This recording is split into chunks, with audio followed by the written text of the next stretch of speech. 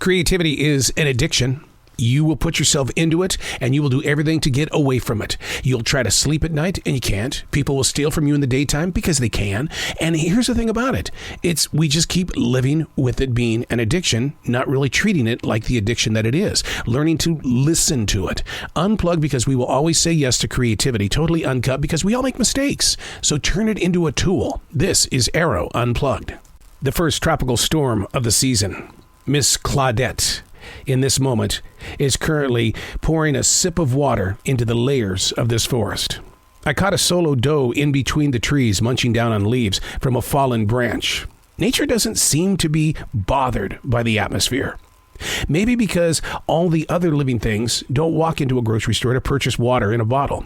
Their source of food isn't cut up then wrapped up for better freshness. The animal kingdom has come to rely on the human mess of consumption, starting first with the dog. They beg because, well, we started it. We gave them the scraps from the table. The continuation of this rain, what it does, it seems to be washing away the human scent off from everything. The wild kingdom knows how to make something out of nothing. Then again, that's a judgment call. Just because I don't see a box of candy doesn't mean Mama Doe over there isn't eating something just as sweet. The elegance of this dance, watching nature, teaches the human ego to humble up. That's interesting that I would write that, to humble up.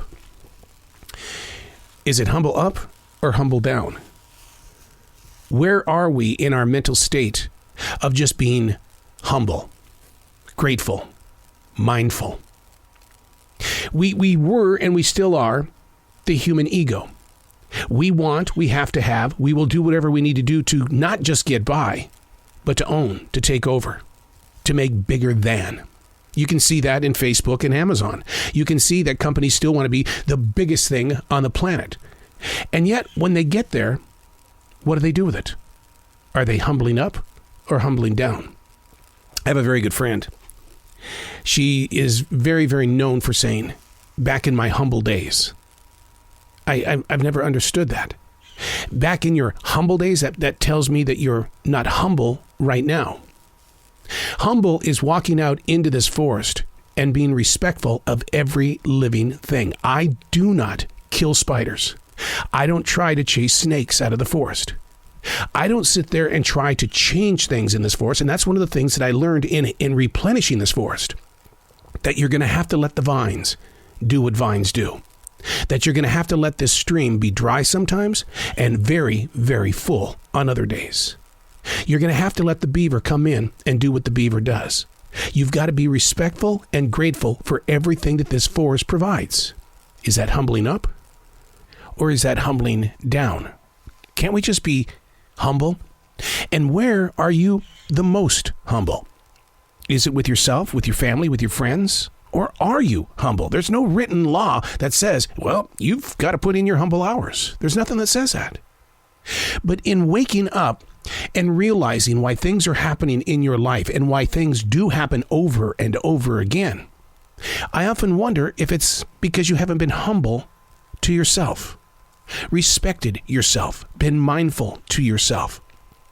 That thing that you carry around with you every day, that body, that mind, that soul, it belongs to not just you, but in reality, it belongs to the universe. All of us are a part of you. And so how you act and react is how the rest of us do the same thing.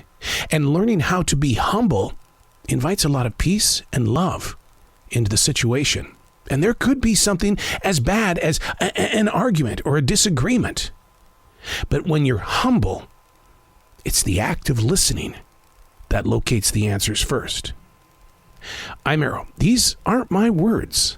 These are the lyrics from Billy's Forest.